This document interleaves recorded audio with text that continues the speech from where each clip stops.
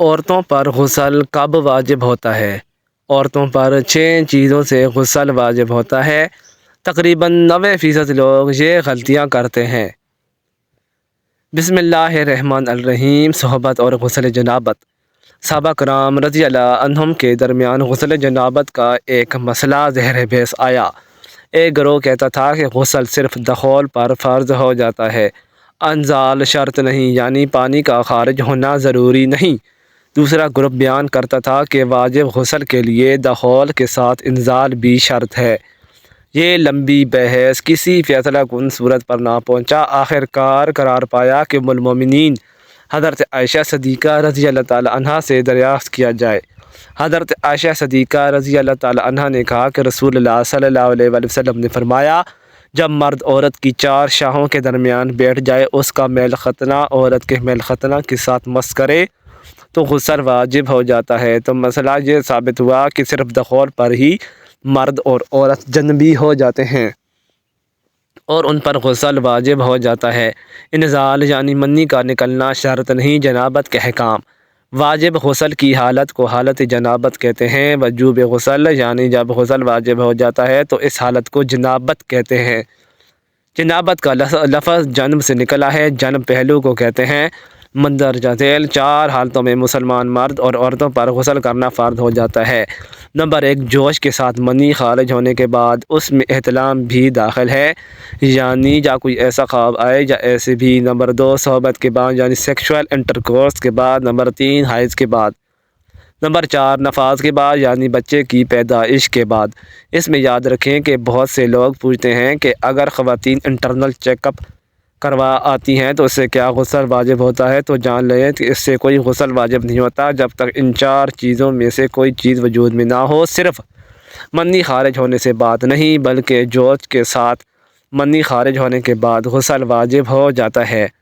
رسول اللہ صلی اللہ علیہ وآلہ وسلم نے فرمایا، جب تم عورت کی 4 شاہوں کے درمیان بیٹھ کر صحبت کرو تو تم پر غسل واجب ہو گیا، اگرچہ منی نہ نکلے۔ آپ نے غور کیا ہوگا کہ طہارت کے مسائل بہت تفصیل کے ساتھ بہت سے موضوعات ایسے ہیں کہ جو انسان کی ظاہری زندگی نہیں بلکہ اس کی نجی اور ذاتی زندگی سے متعلق بھی ہیں، لیکن اس طرح پبلکلی ان کو یہ پڑھانا سکھانا یہ بھی ایک ضرورت ہے، کیونکہ آپ صلی اللہ علیہ وآلہ وسلم نے انصار کی خواتین کی تعریف کی کہ انصار کی خواتین کتنی اچھی ہیں جنہیں حیاء دین کا علم حاصل کرنے سے نہیں روکتا۔ تو سوال یہ پیدا ہوتا ہے کہ آخر اتنی تفصیلات کیوں، اور بعض لوگ اس کو ناپسندیدہ قرار دیتے ہیں، تو ایسا کرنا ناسمجھی کی علامت ہے۔ ہم دیکھتے ہیں کہ انسان اگر اللہ کے بتائے ہوئے طریقے کے مطابق زندگی بسر کرتا ہے تو اس میں خیر ہی خیر ہے، اور وہ خیر صرف اس کی اپنی ذات تک نہیں رہتی، بعض اوقات دوسروں کی بھلائی کا ذریعہ بھی بن جاتی ہے۔ عورت کو بھی احتلام ہو جاتا ہے۔ ام المومنین حضرت سلمہ رضی اللہ تعالی عنہ روایت کرتی ہیں کہ حضرت ام سلیم رضی اللہ تعالی عنہ نے رسول اللہ صلی اللہ علیہ وآلہ وسلم سے کہا، اے اللہ کے رسول صلی اللہ علیہ وآلہ وسلم، یقیناً اللہ حق سے نہیں شرماتا، یعنی حق بات اور ایک اہم بات کو واضح کرنا ضروری ہوتا ہے، اور اس معاملے میں شرم سے کام نہیں لینا چاہیے، کہیں ایسا نہ ہو کہ انسان انجانے میں غلط کام کرتا رہے۔ تو یہ کہہ کر انہوں نے مسئلہ پوچھا کہ کیا عورت پر غسل واجب ہے جب کہ اس کو احتلام ہو؟ آپ صلی اللہ علیہ وآلہ وسلم نے فرمایا، ہاں، لیکن جب پانی کا نشان دیکھے یعنی منی دیکھے تو اس پر۔ حضرت ام سلمہ رضی اللہ تعالی عنہ نے شرم سے منہ چھپا لیا اور عرض کیا، اے اللہ کے رسول صلی اللہ علیہ وآلہ وسلم، کیا عورت کو بھی احتلام ہوتا ہے؟ تو آپ صلی اللہ علیہ وآلہ وسلم نے فرمایا، ہاں ہوتا ہے، تیرا داہنا ہاتھ خاک آلود ہو، یعنی یہ ایک پیار کی ڈانٹ تھی، اور اس میں ہو سکتا کہ مزاج کا فرق ہو، بعض خواتین کے ساتھ ایسا نہ ہو اور بعض کے ساتھ ایسا ہو، لیکن اس میں جو اصل چیز ہے وہ ہے جوش کے ساتھ پانی خارج ہونا۔ اس میں کہیں ایسا نہ ہو کہ لیکوریا وغیرہ کے ساتھ اس کو جوڑ دیا جائے، یعنی دونوں چیزوں میں فرق ہے۔ اور احتلام سوتے وقت ہوتا ہے، اور اگر سو کر اٹھنے پر انسان اپنے کپڑوں پر زیادہ ڈسچارج دیکھے یا خواب میں یا کوئی فیلنگز یاد نہ بھی ہو تو پھر بھی غسل کرنا ضروری ہے۔ معلوم ہوا کہ عورت یا مرد نیند سے اٹھ کر اگر تری یعنی نشان منی دیکھیں تو یہ احتلام کی علامت ہے، لہذا ان پر غسل کرنا فرض ہو جاتا ہے، اور اگر احتلام کی کیفیت انہیں یاد ہو لیکن نشان نہ پائیں یعنی خواب یاد ہے لیکن سامنے کوئی علامت نہیں تو غسل فرض نہیں ہوگا۔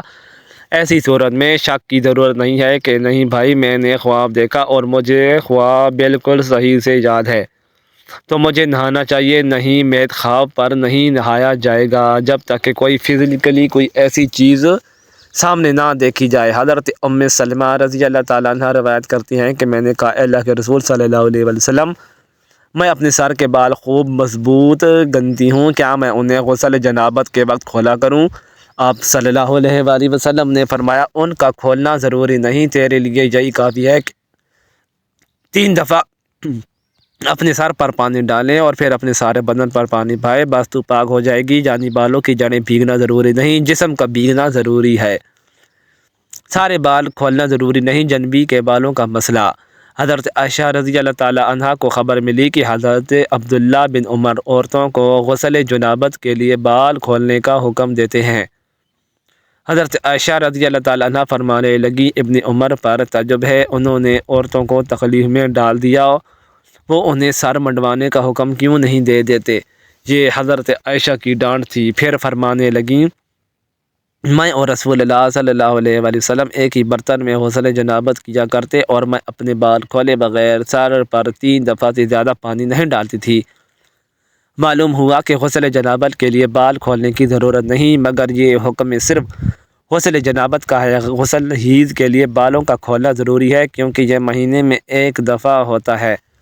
حضرت عائشہ صدیقہ رضی اللہ تعالیٰ عنہا سے روایت ہے کہ رسول اللہ صلی اللہ علیہ وآلہ وسلم نے غسل حیض کے لیے فرمایا، اپنے بال کھولو اور غسل کرو۔ اس میں آپ دیکھیں کہ دونوں چیزوں میں فرق کیوں ہے، دونوں کی نوعیت فرق ہے اور حیض ایک نجاست کی کیفیت بھی ہے۔ حیض کے بعد نہانا، نہانے کے بعد خوشبو لگانا، خاص طور پر اس کا سارا حکم آتا ہے، لیکن غسل جنابت میں نجاست کی وہ کیفیت نہیں ہے، یعنی حیض کا خون اور منی، ان دونوں کے حکم میں بھی فرق ہے۔ بعض علماء کے خیال میں منی ناپاک چیز نہیں ہے، اگر کسی کپڑے وغیرہ پر لگ جائے تو وہ کپڑا ناپاک نہیں ہوگا، اگر اسے خشک ہونے ہر خرچ کے صاف کر دیا جائے تو کپڑا صاف ہو جائے گا۔ لیکن خون حیض پر آپ صلی اللہ علیہ وآلہ وسلم کیا فرمایا ہے کہ اسے چٹکیوں سے مل مل کے صاف کر کے دھوئے، تو ان دونوں میں یہ فرق ہے۔ دونوں کے بعد نہانے کا بھی حکم بھی فرق ہے، ایک میں بال کھولے جائیں گے اور بال بھی دھوئے جائیں گے اور بالوں کی جڑیں بھی دھوئی جائیں گی، جبکہ دوسرے عام غسل جنابت میں بال کھولنا اور پورے بال دھونا شرط نہیں ہے۔ بہت سی بچیاں ہیں جن کی شادی ہوتی ہے اور اس کے بعد ان مسائل کا پتہ ہوتا ہے یا وہ شرم کے مارے نہاتی نہیں یا نہاتی ہیں، تو پھر وہ پورے بال دھو کر سکھانے میں اور ان چیزوں میں اپنا وقت ضائع کر دیتی ہیں کہ پھر بعض اوقات شوہر کی نافرمانی اور آپس کے تعلقات میں فرق آ جاتا ہے۔ اگر دین کا مسئلہ صحیح پتہ ہو تو انسان کا تمام مشکل بچ جاتا ہے اور ایک نارمل روٹین کی لائف گزار سکتا ہے۔ اللہ پاک ہمیں دین کی مکمل سمجھ نصیب فرمائے اور ہمیں نیک وکاروں میں شامل کریں۔ مزید اچھی ویڈیوز کے لیے چینل کو ضرور سبسکرائب کریں۔ شکریہ۔